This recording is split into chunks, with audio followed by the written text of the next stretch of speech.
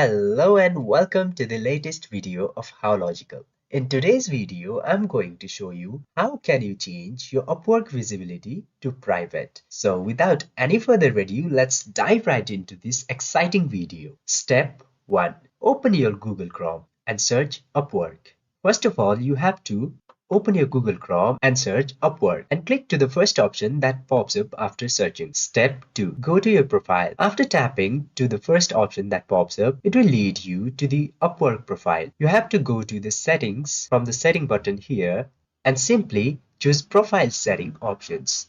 In the profile setting option, you can see this visibility option up here. You simply have to select private in this visibility option. After doing this, you are all set. You have changed your visibility option to private from public. I hope this video helped you. For more exciting and helpful videos like this, you can subscribe our channel. We'll keep making this type of contents. Thank you for watching this video. Make sure to like it if this video helpful. We'll meet in another one. Till then, keep loving the technology.